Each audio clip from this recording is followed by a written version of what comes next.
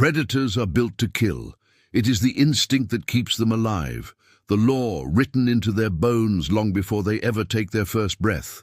But deep in the African savanna, wildlife rangers began noticing something impossible. A fully grown lioness, strong, healthy, capable of bringing down animals twice her size, was walking away from prey. Not once, not twice, but again and again and again. At first they thought she was injured. Then they feared she was sick. But the truth was far more unsettling. This lioness was not failing to hunt. She was refusing to. What could make one of nature's most perfect predators lose the will to kill? And what happened next forced everyone who witnessed it to question something we have long believed separates us from the wild. Is grief a burden carried only by humans? Or can the heart of a predator break too? There is a place in Africa where the land does not forgive mistakes. From above, it looks endless, a vast ocean of gold stretching toward a trembling horizon. But down on the ground, the beauty dissolves quickly into something far less romantic. The air is dry enough to crack the skin. Heat rises in visible waves. Even the wind moves carefully here, as if aware that energy wasted today may not be replaced tomorrow. Nothing lives casually on this savanna. Every step is measured. Every drink of water is earned, and every creature born into this world learns the same silent law before it is old enough to understand fear. Hesitate, and you disappear. Morning arrives without softness. The sun does not rise. It asserts itself, flooding the plains with a white, unforgiving light. Shadows retreat. Noises shrink. What little coolness survived the night evaporates within minutes. For the herds, this is the hour of movement. Zebras begin their cautious migration toward thinning grasslands, their ears twitching at sounds too distant for human perception. Wildebeest gather in restless clusters, guided by instincts older than memory. Antelope step lightly through the brush, pausing every few seconds, their bodies built not for comfort but for escape. They are not simply searching for food, they are calculating risk, because somewhere beyond the tall grass, unseen, unheard, something is always watching. Predators do not announce themselves here. Survival favors those who master patience, and among the hunters of this land, patience is often the difference between strength and starvation. And then there was her. The trackers who occasionally passed through this territory knew her well, though they rarely spoke about her with the excitement reserved for younger, more aggressive lions. She was not the largest female to roam these plains, nor the most visibly intimidating. But size is a crude measure of power. What set her apart was precision. She wasted nothing. When she moved, it was with deliberate economy. Each step placed exactly where it needed to be. Each pause timed to the rhythm of the grazing herds. While other predators relied on bursts of speed, she relied on certainty. She studied the wind. She read the ground. She understood distance in a way that made her hunts appear almost inevitable. Many predators chase, she calculated. More often than not, the outcome had been decided long before the prey sensed danger. There were seasons when drought tightened its grip on the region, when the rivers thinned into strings of reluctant pools, and hunger sharpened the behavior of every carnivore within miles.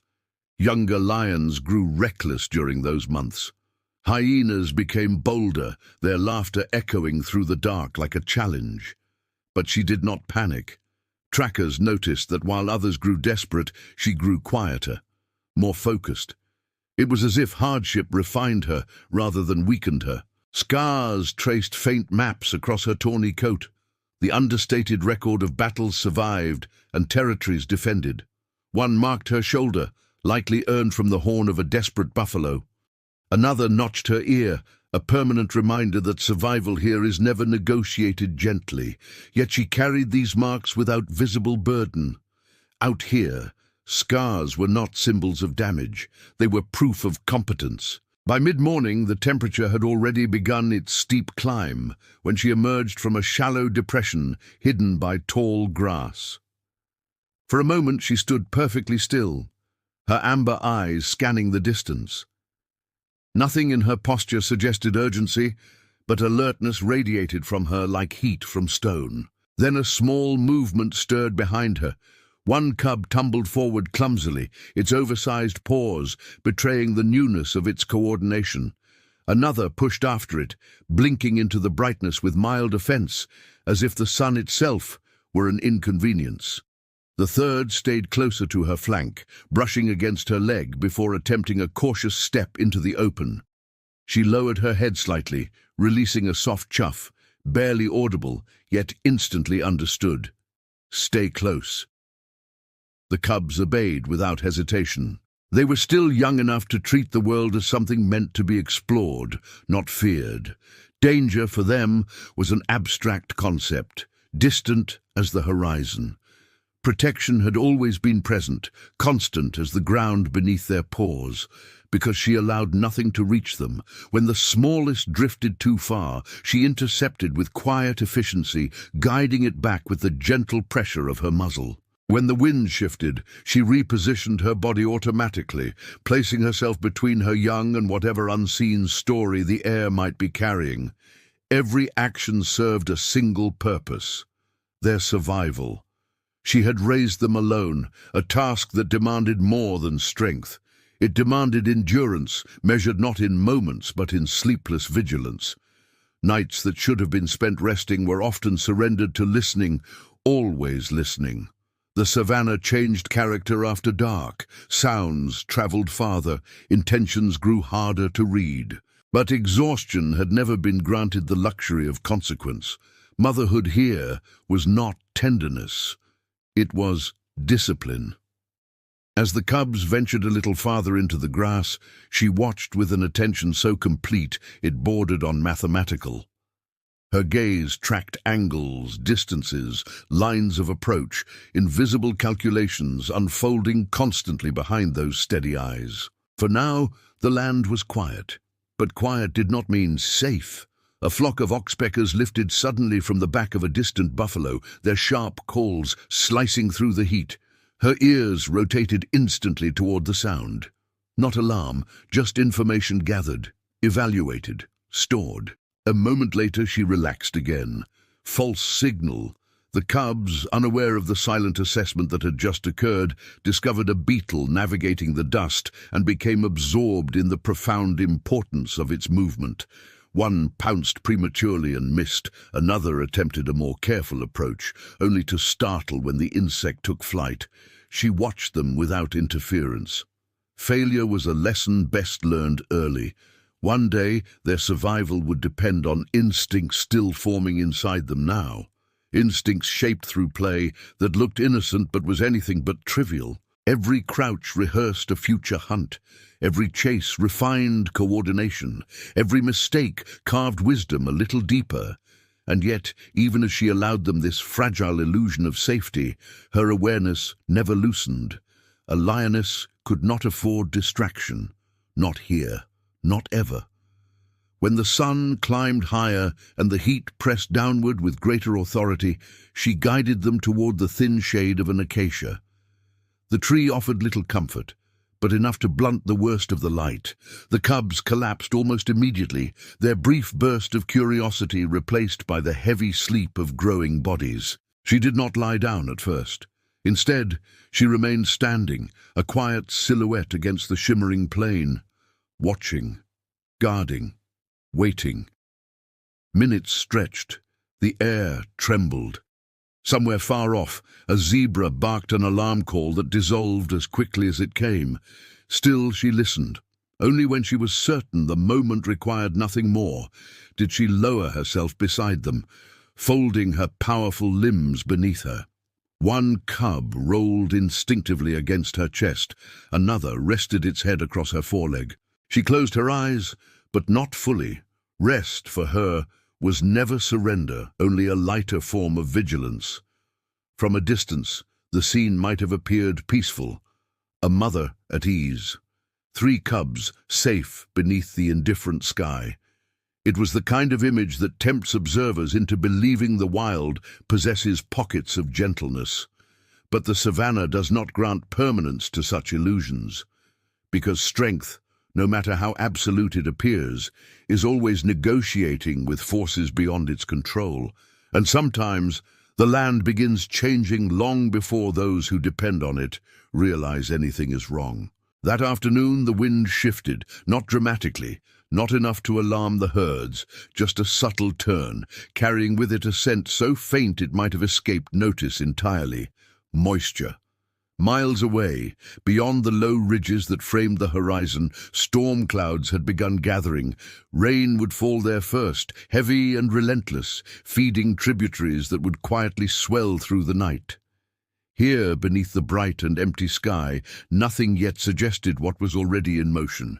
The cubs slept, the lioness watched, and the land was already deciding. By late afternoon, the savannah had fallen into that strange, suspended quiet that often arrives before evening.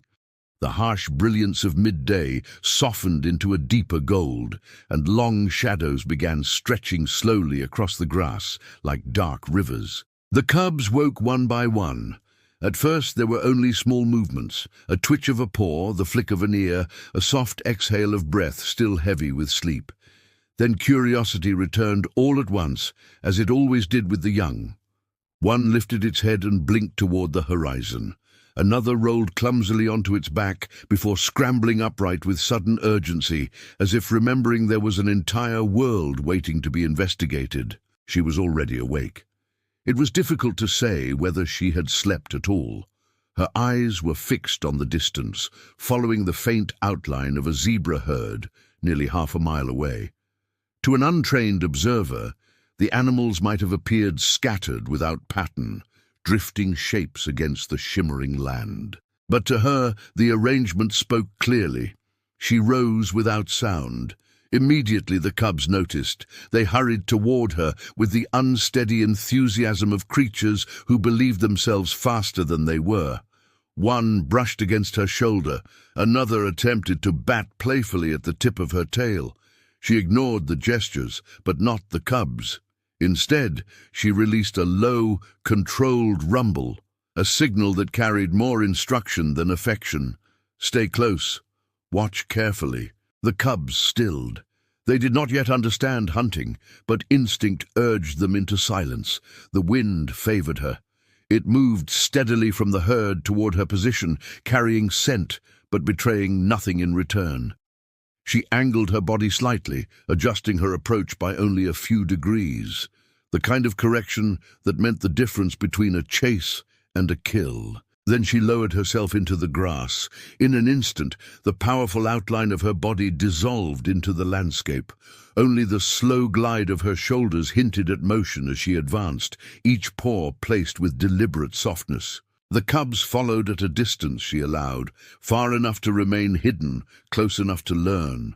A young zebra drifted toward the outer edge of the herd, distracted by a thinning patch of green. Isolation was rarely intentional. Hunger often clouded judgment. She paused, waited. Patience was the discipline most predators struggled to master. Energy spent too soon could not be reclaimed, and failure came with consequences measured in empty days. Minutes passed. The zebra lowered its head again. She moved closer. Another pause. Closer still.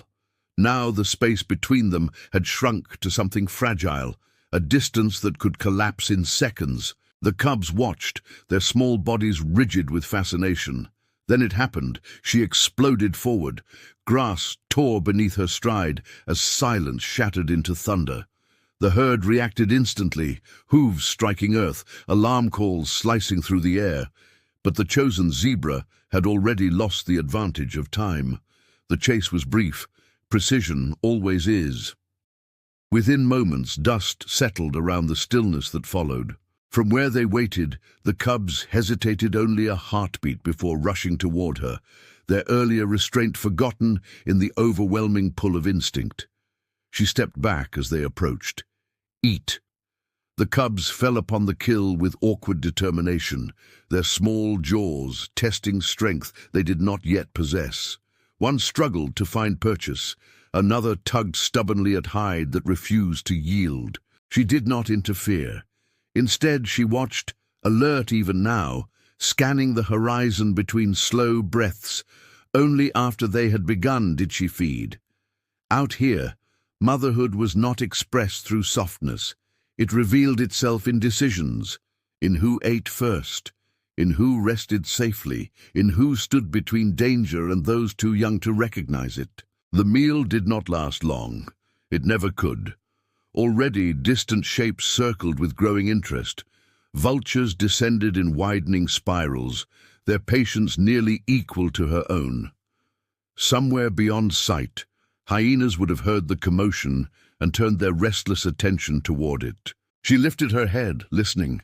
Time to move. With a quiet nudge, she gathered the cubs before the first scavenger dared approach too closely. One resisted, reluctant to abandon what felt like victory. She answered with a firm chuff. Survival allowed no room for attachment, not even to abundance. They walked until the scent of blood faded behind them. As dusk deepened, the temperature relented at last. A cooler current slipped across the land, carrying with it the layered fragrances of dust, dry bark, and distant water. They reached a narrow rise, overlooking a shallow basin, where a few scattered trees offered shelter for the night. One by one, the cubs settled near her flank, their earlier energy dissolving into drowsy contentment. Darkness on the savannah was never absolute.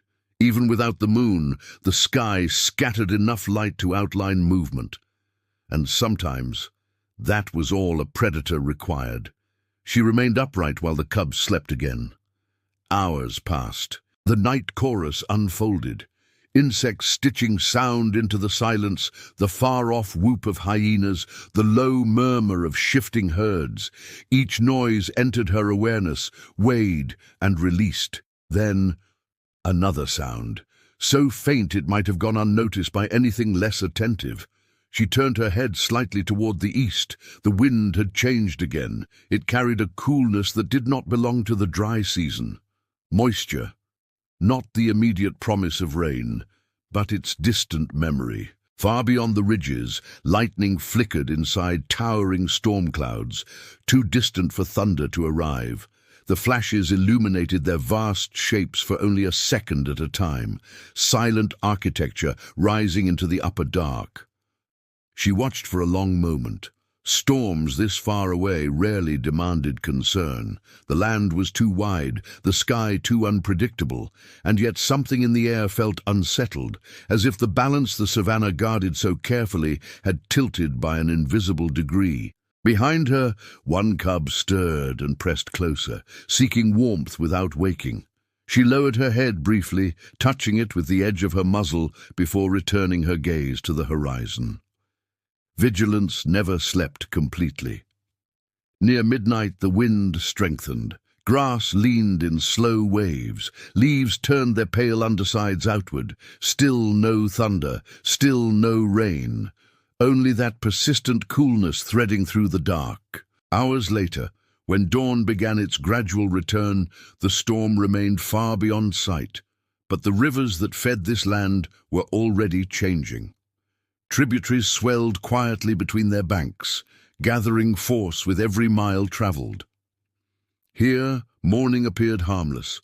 The cubs greeted it with playful bursts of energy, chasing one another in crooked lines, while she observed with the same steady calm. Nothing in her posture suggested alarm. Nothing in the sky warned of urgency. The savannah breathed as it always had. Yet somewhere beyond the horizon, water continued its silent advance, patient, unstoppable, indifferent to the lives arranged along its future path. She guided the cubs down from the rise and toward the lower grasslands, where hunting would soon begin again. The earth beneath her paws felt firm. The air smelled familiar, safe. But safety on this land was never a promise, only a momentary agreement.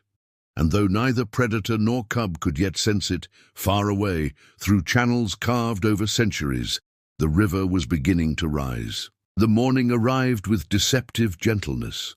A pale gold light spilled slowly across the savannah, brushing the tall grass until it shimmered like a quiet sea. Nothing in the sky suggested danger.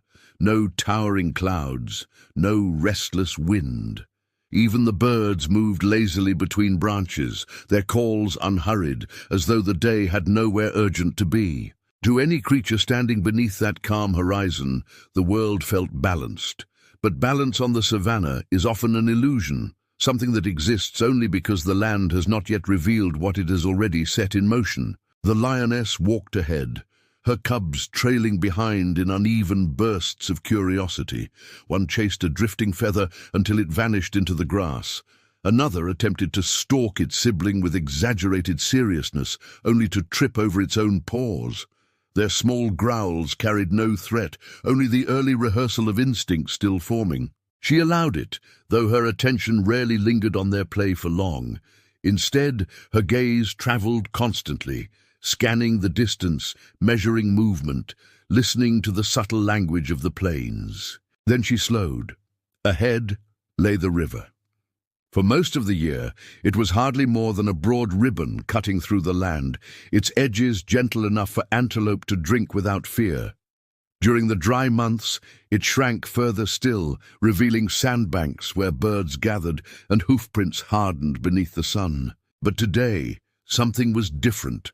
The water moved faster, not violently, not yet, just faster than it should have. She stopped at the bank, her amber eyes following the current as it pressed urgently between the narrowing bends. The cubs approached without caution, drawn by the glittering surface. One stepped forward, lowering its head with clumsy eagerness. A low sound escaped her throat, firm, immediate. "Wait!" The cub froze. For several seconds she studied the flow, reading what others could not. The scent of distant rain clung faintly to the air now, clearer than it had been during the night. Somewhere far beyond sight, storms had emptied themselves into the tributaries that fed this quiet channel. Water travels with patience. By the time it arrives, the sky above often holds no memory of the storm that sent it. She turned away from the bank, guiding the cubs towards slightly higher ground. It was not fear that moved her, only instinct, the ancient awareness that survival often belonged to those who noticed small changes early. The day warmed. Hours passed. By afternoon, the river had thickened into a darker, heavier ribbon. Twigs spun rapidly in the current. The gentle edges where animals once drank had begun to disappear beneath rising water. Still, the sky remained painfully blue. As evening approached, the land grew restless in ways too subtle for the young to understand. A herd of impala abandoned the riverbed entirely, drifting uphill without panic but without pause. Birds that typically settled near the reeds lifted instead toward distant trees. Nature rarely shouts its warnings. It whispers them, again and again, until the moment listening no longer matters. The lioness chose a shallow ridge for the night, a stretch of ground elevated just enough to offer security. The cubs collapsed beside her after their long wandering, their breathing slow and even within minutes. Darkness gathered. For a while the world held steady. Then, sometime deep in the night, a new sound entered the silence. At first it resembled wind, a low, continuous murmur threading through the dark. But the air itself was still. No grass bent, no branches stirred. The sound grew, a distant rushing. She lifted her head. Across the plain, hidden by darkness, the river was no longer moving within its banks. Fed by miles of unseen rainfall, it had begun to spread, quietly at first, then with gathering force, spilling outward into channels long dry. The murmur deepened into a roar. Water surged through the lower grasslands, swallowing paths, erasing scent trails, carrying branches and debris in its cold momentum. She rose instantly, nudging the cubs awake.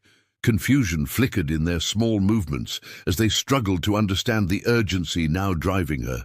"Move!" They followed as she guided them higher, but the land itself was changing faster than memory allowed. Ground that had been firm hours ago softened beneath their paws. Thin streams appeared where none had existed. The roar grew louder. Behind them, darkness churned. One cub stumbled, regaining balance just as a surge of water tore through the grass they had crossed moments earlier.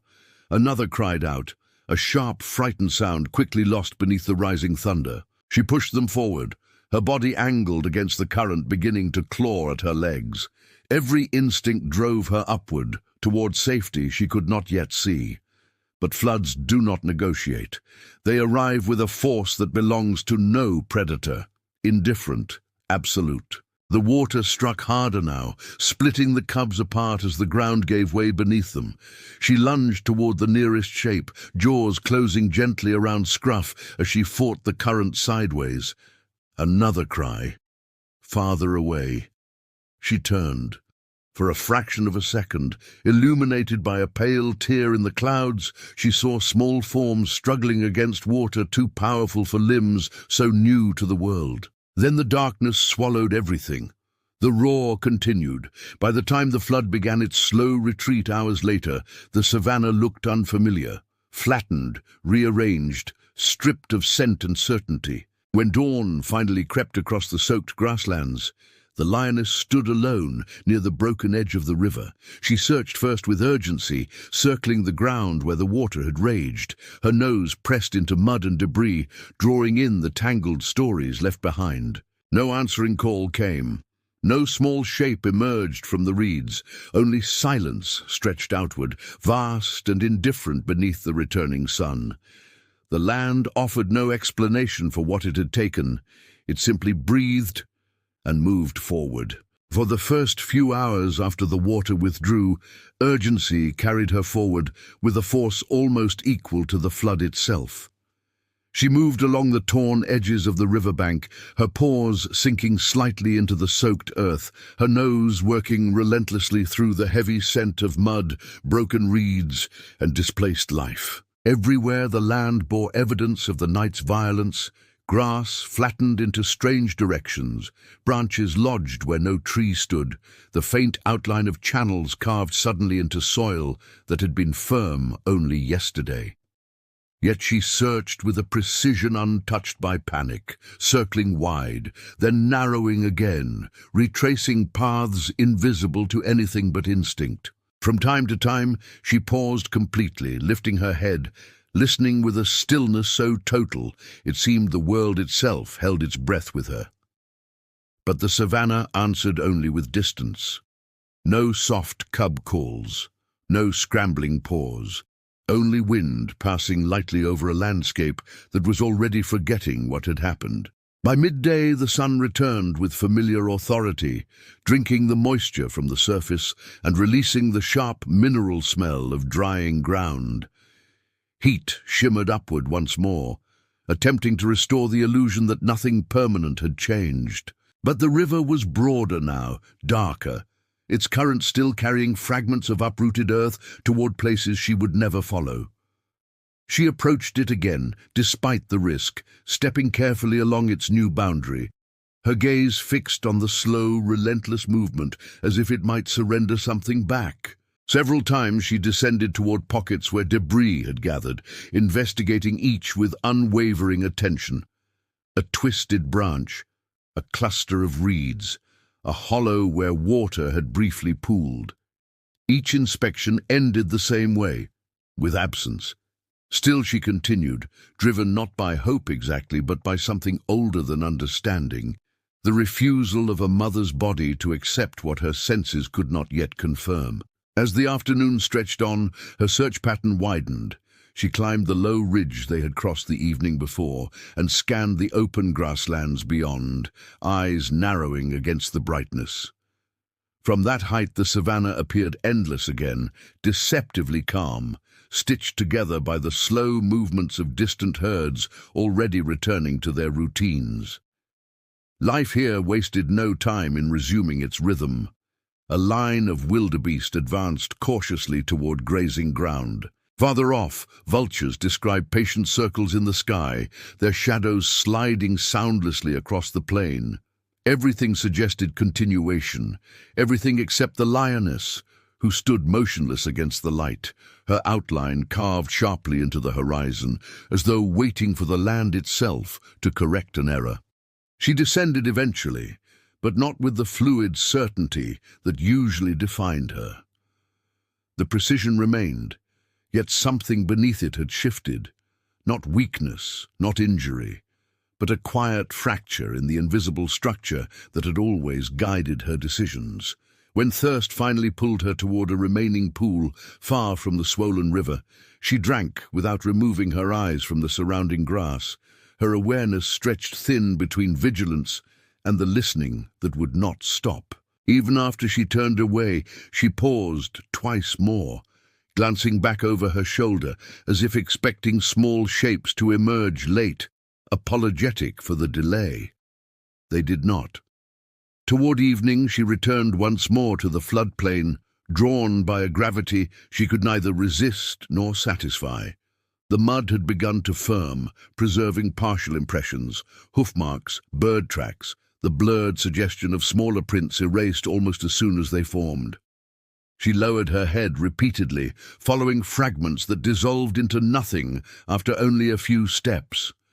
Once she froze entirely, her muscles tightening with sudden focus. But whatever trace had stirred her senses vanished beneath the overwhelming scent of water. Minutes passed with her standing there, unmoving, the posture of a hunter without prey. Night approached quietly. The sky deepened through shades of amber into violet, and the first cool currents slipped once more across the recovering land. One by one, the daytime sounds faded, replaced by the measured chorus of insects and the far-wavering calls of creatures reclaiming darkness as their advantage. She chose no sheltered place that night, no protective rise or enclosing brush. Instead, she settled near the very boundary where the water had surged, lowering herself onto ground still marked by its passage. Her body faced outward, but her attention remained fixed on the open stretch behind her, as though orientation itself had lost meaning. Hours moved around her. Several times she lifted her head abruptly at imagined signals, a shift in grass, the fall of distant hooves, but each alert dissolved back into the same vast quiet. The stars wheeled overhead with indifferent clarity. Somewhere beyond sight, a hyena called, then another, their voices threading together before fading again. Ordinarily, such sounds would have prompted calculation, distance, direction, intent. Tonight they passed through her awareness without consequence. Dawn found her in nearly the same position. When she rose, it was not with the immediate purpose that usually propelled her into the day. Hunger should have been waiting by then. The exertion of the night alone demanded replenishment. Yet as a small group of antelope drifted within range, their attention lowered toward fresh shoots revealed by the flood, she merely watched. The distance was manageable. The wind offered no betrayal. Every condition aligned with opportunity. Still, she did not crouch, did not circle, did not advance.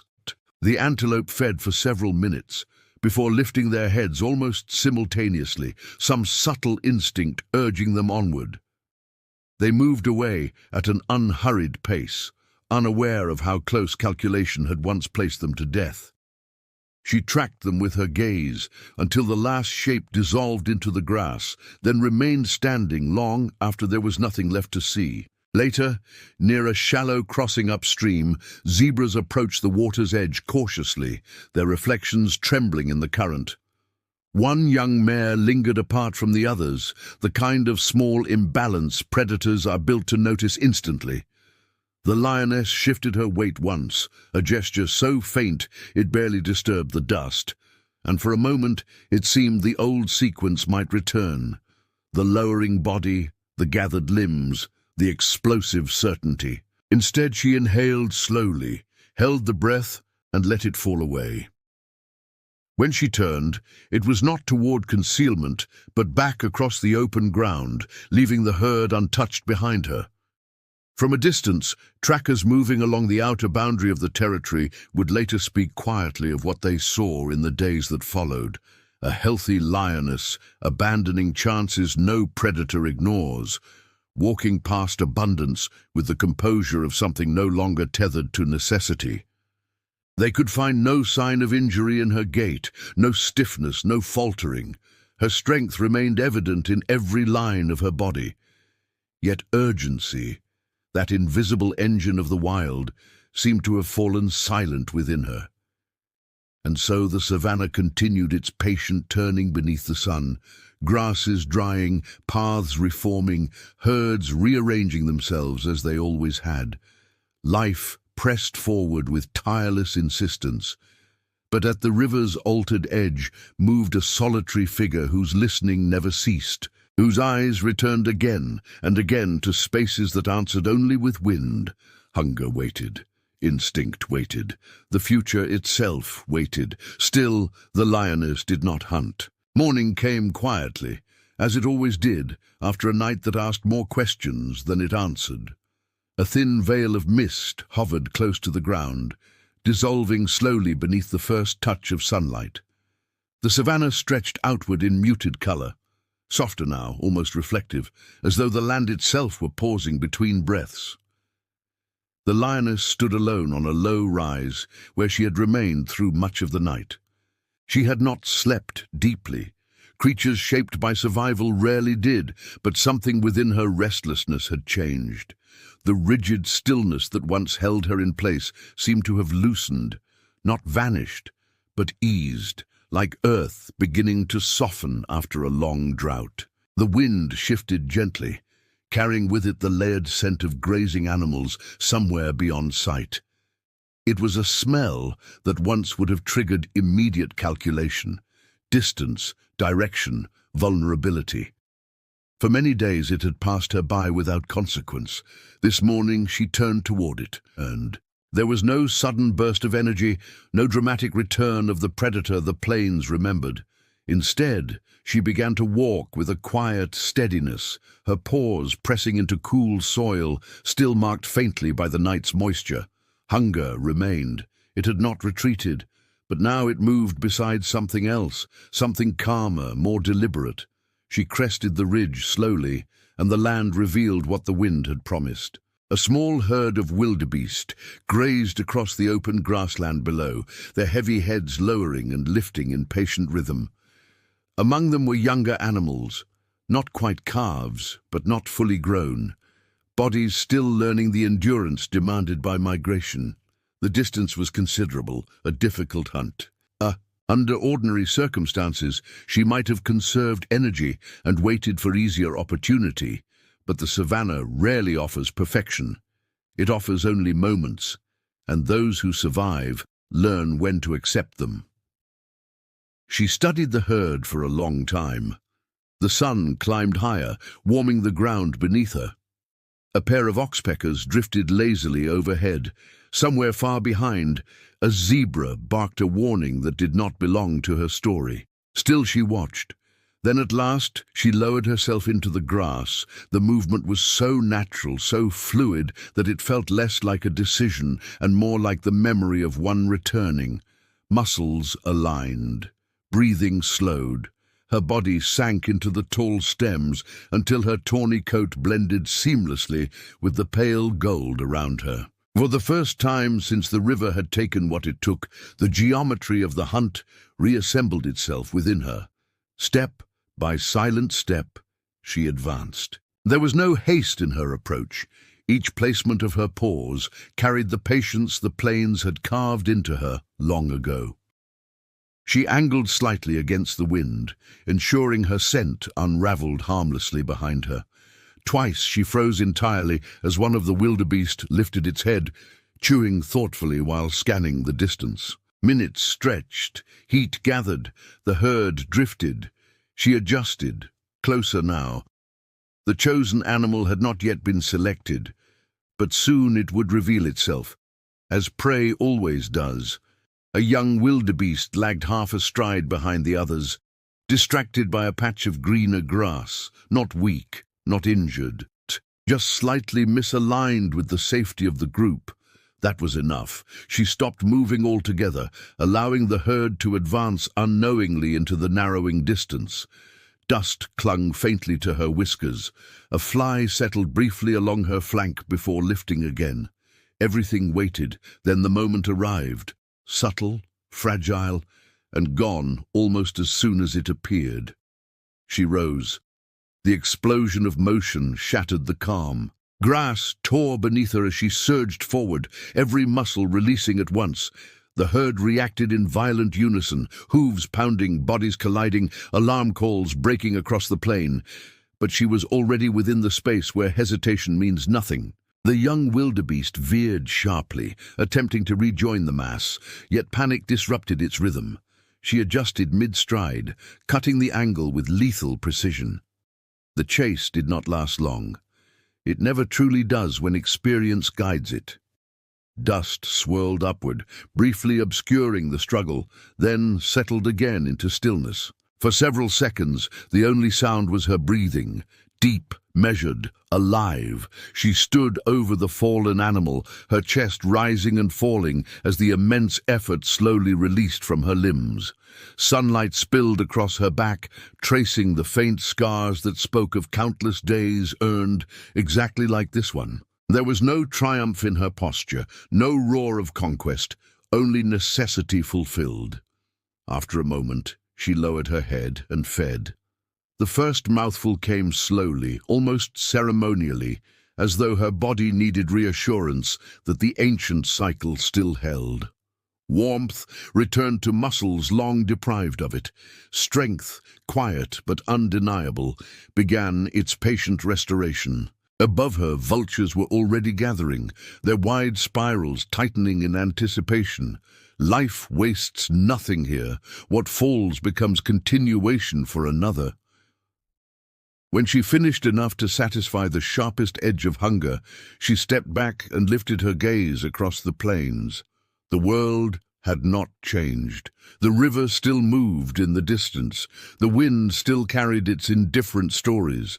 And the space beside her, the one that should have been alive with small paws and uncertain growls, remained empty.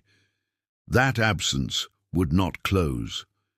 Some fractures are not meant to.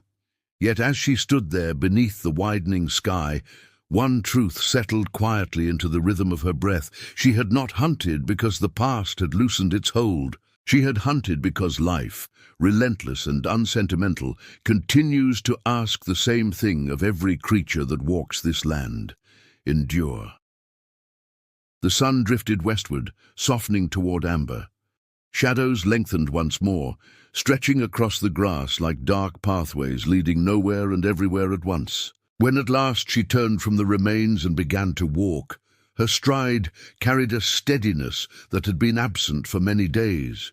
Not the unmarked certainty of before, that version of her belonged to another chapter, but something deeper, altered strength. Behind her, scavengers would finish what she no longer needed. Ahead lay miles of open territory, uncertain seasons, dangers not yet written. She moved toward them anyway, because survival is not the absence of loss. It is the decision, made again and again, to continue despite it.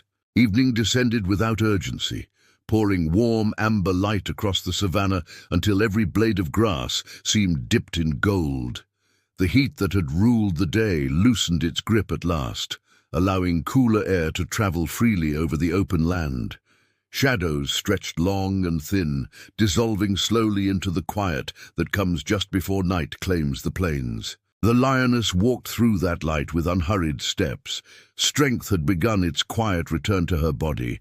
The sharp pull of hunger no longer clouded her movements, and though her ribs still traced faint lines beneath her coat, each stride carried a steadier rhythm now, the rhythm of a creature rejoining the ancient current of survival. Yet nothing about her felt unchanged.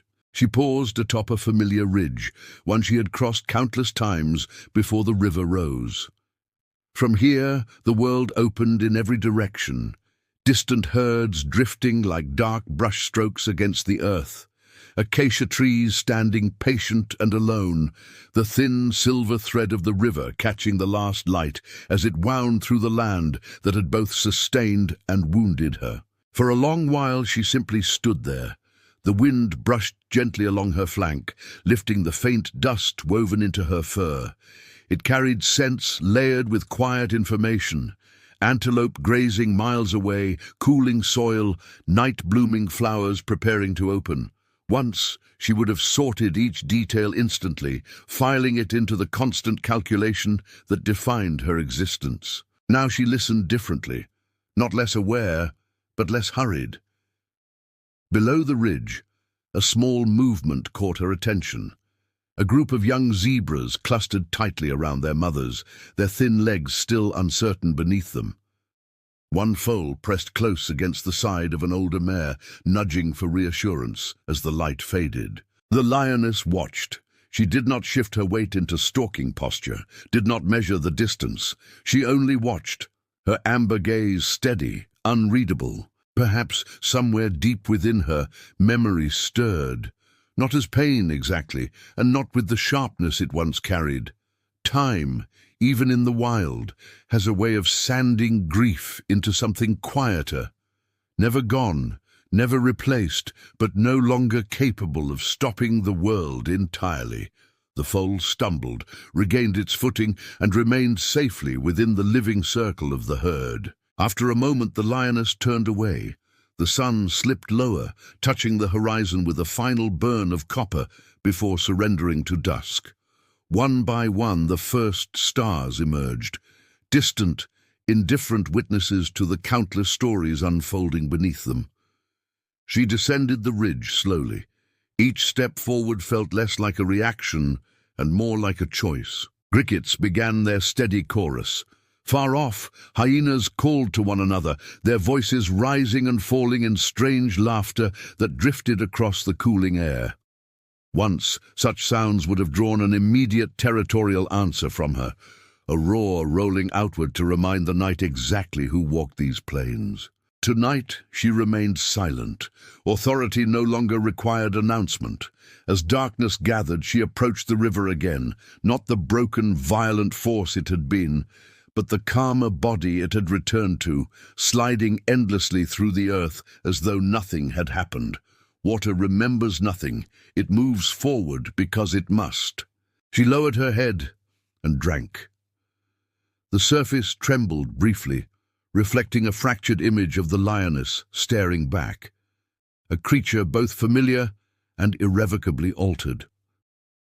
When she lifted her gaze, the current continued on its tireless path, carrying with it fragments of sky. For a moment, she stood there listening to its quiet passage. Then she turned. The territory stretched before her, vast and uncertain, filled with dangers that would demand her strength again and again. There would be droughts, rival predators, hard seasons when prey grew scarce, and every hunt tested the boundary between endurance and collapse. The wild does not soften for anyone, and yet she walked toward it without hesitation.